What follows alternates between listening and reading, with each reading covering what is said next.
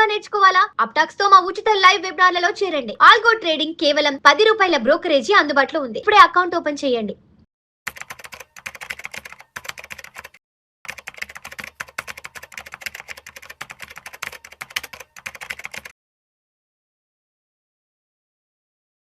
Salmon గారు నమస్తే sir. నమస్తే అండి విష్ణు గారు. Welcome to Vishnu talks and welcome to Suman TV. Thank you అండి విష్ణు గారు. సాల్మన్ గారు, ఈ వీడియోలో పవర్ ఆఫ్ కాంపౌండింగ్ గురించి, లాంగ్ టర్మ్ ఇన్వెస్ట్మెంట్ గురించి మాట్లాడుకుందాం. మీలాంటి వెల్త్ ఎక్స్పర్ట్స్, వెల్త్ మేనేజర్లు ఎవరైనా ఏం చెప్తారంటే కాంపౌండింగ్ ఎఫెక్ట్ గురించి, పవర్ ఆఫ్ కాంపౌండింగ్ గురించి, లాంగ్ టర్మ్ గురించి చెప్తుంటారు. అంటే ఏదైనా ఒక ఇన్వెస్ట్మెంట్ తీసుకుంటే కనీసం ఒక 10-15 సంవత్సరాల పాటు, 20 సంవత్సరాల పాటు మీరు ఇన్వెస్ట్ చేసి అలా మర్చిపోండి. ఎండ్ ఆఫ్ ది డే అది మీకు పెద్ద మొత్తంలో కార్పస్ వస్తుంది, మీ సంపద, మీ వెల్త్ గ్రో అవుతుందని చెప్తుంటారు. సరే, ఇప్పుడు ఆ లెక్కనే చూస్తే 2014-15 నుంచి 2025-26కి ఒక 10-11 సంవత్సరాలు అయింది కదా. సో ఇప్పుడు 2015-16లో అప్పట్లో నేను ఒక 10 సంవత్సరాలు ఇన్వెస్ట్ చేయాలి, ఒక 10 ఇయర్స్ పాటు నా ఇన్వెస్ట్మెంట్ని పార్క్ చేసి హోల్డ్ చేసి పెడితే నాకు 2025-26 నాటికి పెద్ద ఎత్తున వెల్త్ క్రియేషన్ జరిగే అవకాశం ఉందని ఓ 10 ఇయర్స్ 11 ఇయర్స్ బ్యాక్ ఇన్వెస్ట్ చేస్తుంటారు కదా. సో అటువంటి వాళ్ళందరికీ నిజంగా 2025-26లో రిటర్న్స్ వచ్చాయా? వాళ్ళందరికీ వెల్త్ క్రియేషన్ జరిగిందా? ఈ 10-11 ఇయర్స్లో నిజంగా అసలు long term investment, power of compounding అనేది ఎంతవరకు వర్కౌట్ అయింది అసలు? విష్ణు గారు మంచి సబ్జెక్ట్ తీసుకున్నారు.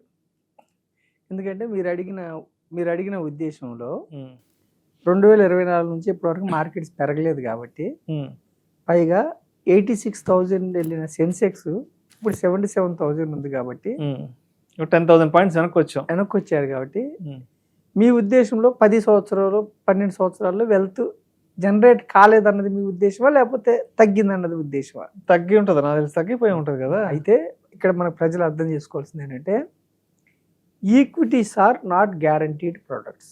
First thing, equities are subject to market risk. Mutual funds are subject to market. Read all the related documents careful before investing. ఇది డిస్క్లైమర్. అంటే వచ్చిన డబ్బు తగ్గకూడదని లేదు, ఖచ్చితంగా పెరగాలని లేదు. First thing. రెండవది ఏమిటంటే, మన మార్కెట్స్ అని చెప్పేది ఏమిటంటే, ఒక వ్యక్తి మన మాట విని ఒక పెన్నీ స్టాక్ కొనుక్కున్నారు, 10 ఏళ్ళ తర్వాత కోట్లు వస్తాయి, 50 లక్షలు వస్తాయి అంటే అది పిచ్ అసంప్షన్, అది అబద్ధం. లేదు, పెన్నీ స్టాక్ కాదు, ఈరోజు అది మంచి స్టాక్ అంటే ఈరోజు టాప్ 100లో ఉంది, లేదంటే నిఫ్టీ 250లో ఉంది, లేదా నిఫ్టీ 500. మన మార్కెట్స్ అని చెప్పేది Sensex, Nifty 100, Nifty 250, Nifty 500.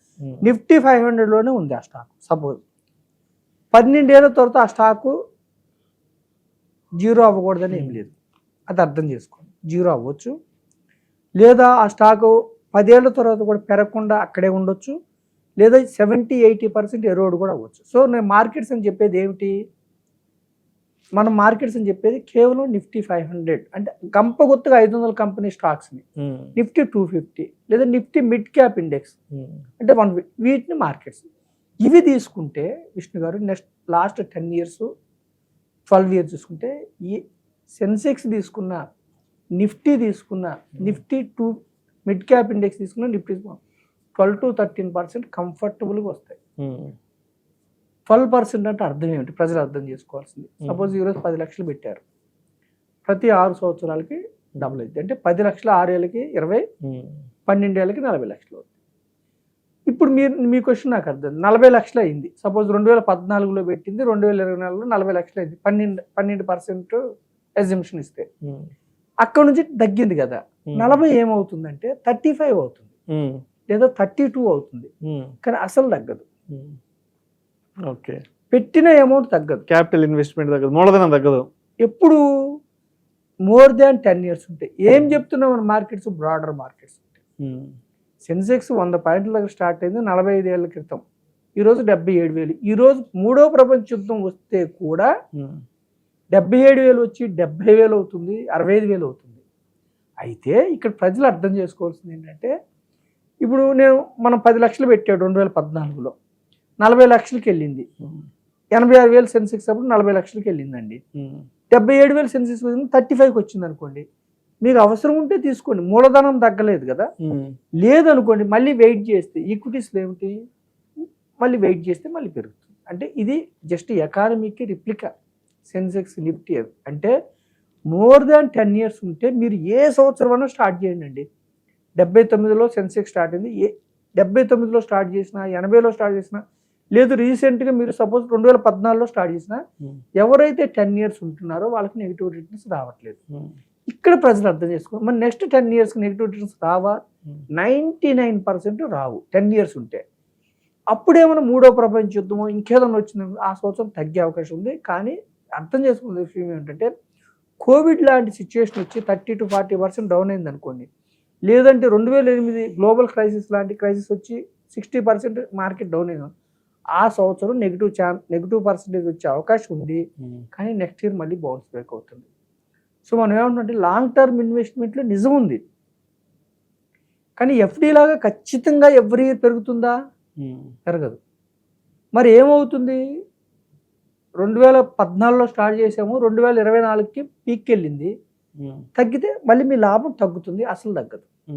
So ప్రజలు అర్థం చేసుకోవాల్సిందంటే ఈరోజు మీరు స్టార్ట్ చేశారు, నెక్స్ట్ 10 years 15 yearsకి సపోజ్ 15,000 12% లెక్కేస్తే మీకు సిప్ క్యాల్కులేటర్లో వస్తుంది. సపోజ్ ఒక 70 లక్షలు 80 లక్షలు వచ్చింది అనుకోండి, అప్పుడు డౌన్ అయినప్పుడు కొంచెం తగ్గుతుంది.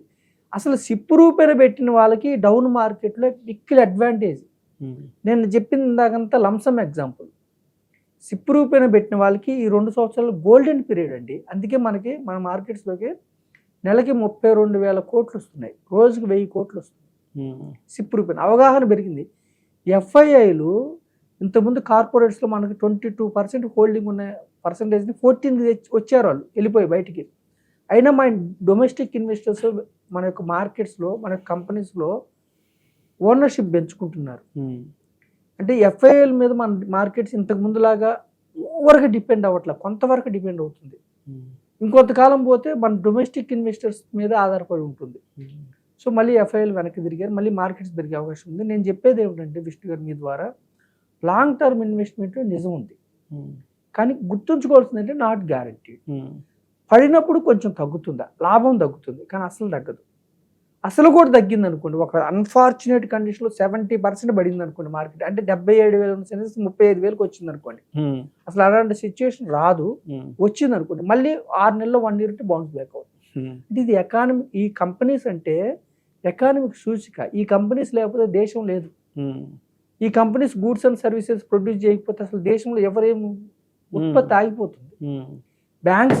బ్యాంక్స్ లోన్స్ ఇవ్వలేదండి, ఎకానమీ ఆగిపోతుంది, బ్యాంకింగ్ స్టాక్స్ ఆగవు. అంతే కదా. ఫార్మాలో మనకి మెడిసిన్స్ తయారు చేయలేదు అనుకోండి, ఎవరికి మనకి మెడిసిన్స్ ఉండవు. అలాగే ఇన్ఫ్రాస్ట్రక్చర్ డెవలప్మెంట్ లేదనుకోండి, దేశం ముందుకెళ్ళదు. గవర్నమెంట్ క్యాపెక్స్ ప్రతిదీ స్టాక్ మార్కెట్ మీద డిపెండ్ అయి ఉంటుంది. దీన్ని సూక్ష్మంగా అర్థం చేసుకోండి. మరి ఎందుకు జియోపొలిటికల్ అంటే ఎక్స్పోర్ట్స్ అండ్ ఇంపోర్ట్స్ ఉంటాయి కాబట్టి, జియోపొలిటికల్ టెన్షన్స్ వల్ల క్రూడ్ ఆయిల్ మీద ఇంపోర్ట్ అవుతుంది. క్రమంగా మనం క్రూడ్ ఆయిల్ మీద ఇంపోర్ట్ చేసుకుంటున్నాం కాబట్టి క్రూడ్ ఆయిల్ మీద డిపెండ్ అయి ఉంటుంది.